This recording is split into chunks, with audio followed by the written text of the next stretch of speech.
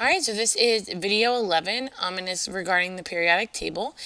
So the first thing here you can see is just making sure that you can read the periodic table, and this is just a general setup.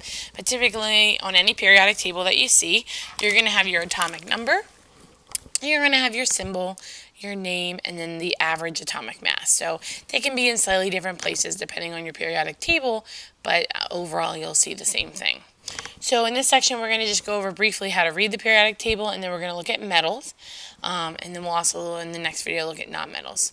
So when you're looking at the periodic table, the first thing we really focus on are families or groups, and what they are is they are the vertical columns, the up and the down columns. So they're numbered across 1 to 18, and there's obviously 18 of them. And when you are in the same family or group, you're going to have similar properties. You're not going to be the same, but you are going to be similar. And the reason this occurs is because they all tend to have the same number of valence electrons, and this is why they ended up being in the same family, and this is also why they behave in the way they behave. So this is an important thing. If you're in the same vertical column up or down, that's important.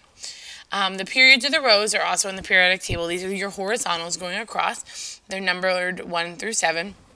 And these aren't, just because you're next to someone in a period or a row, it doesn't really necessarily mean anything. It's not as, it doesn't mean that you're going to act the same. In fact, a lot of times it means you're going to act differently. So if you look at the periodic table, and you can take a second and pause it or whatever, these are your families or groups. So this is the first family or group, this is the second family or group, and then it goes across third, fourth, all that kind of stuff. Our periods or rows are the horizontals, and you can see here they're numbered here. So this is a period right going across and coming back as a different period. So again, the vertical up and down in these ones means that you're typically similar. This guy right here is part of the periodic table. He actually is, he slides in here, and the periodic table gets a lot wider.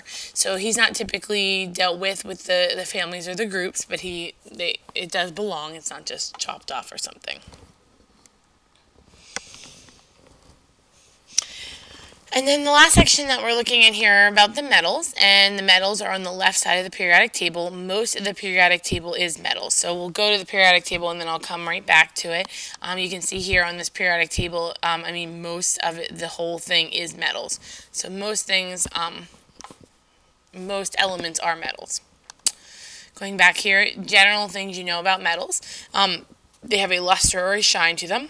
And this is actually because the electrons are able to move freely, and it allows them to absorb and reflect, absorb and release energy, which is what we actually see as shining. Metals are ductile, which means they can be drawn into wires, which is important for any and all of our electronics.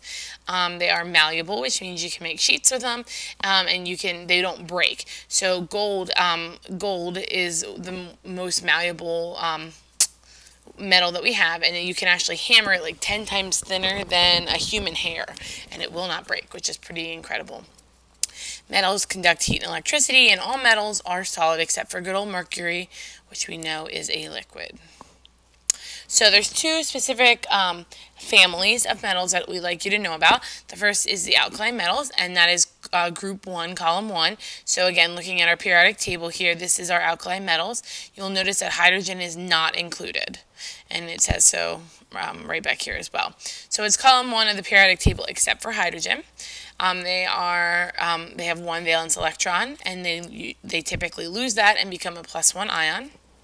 They are very soft and very reactive, and I'll add a video clip on after this one to see just the explosion of some of them. You do not find them free in nature because they are so incredibly reactive. And then just a list of the different ones. The second one is alkaline earths, and they're right next to the alkali metals. So right here are alkaline earths, and they're still really reactive. They're just not quite as reactive as the alkali metals. So they're in column 2 of the periodic table. They form +2 ions, which is due to the 2 valence electrons. They're a little less reactive, and they're a little bit harder than the alkali metals. The alkali metals you can actually cut with your fingernail. They're that soft. They're almost like a hard clay. But the alkaline earths are a little bit harder. So when you're looking at metals overall, they tend to lose electrons, and they form cations, which are positive, which you can see like our alkali metals are +1, and our alkaline earths are +2. So this is video 11, dealing with the different types of metals and the general setup of the periodic table.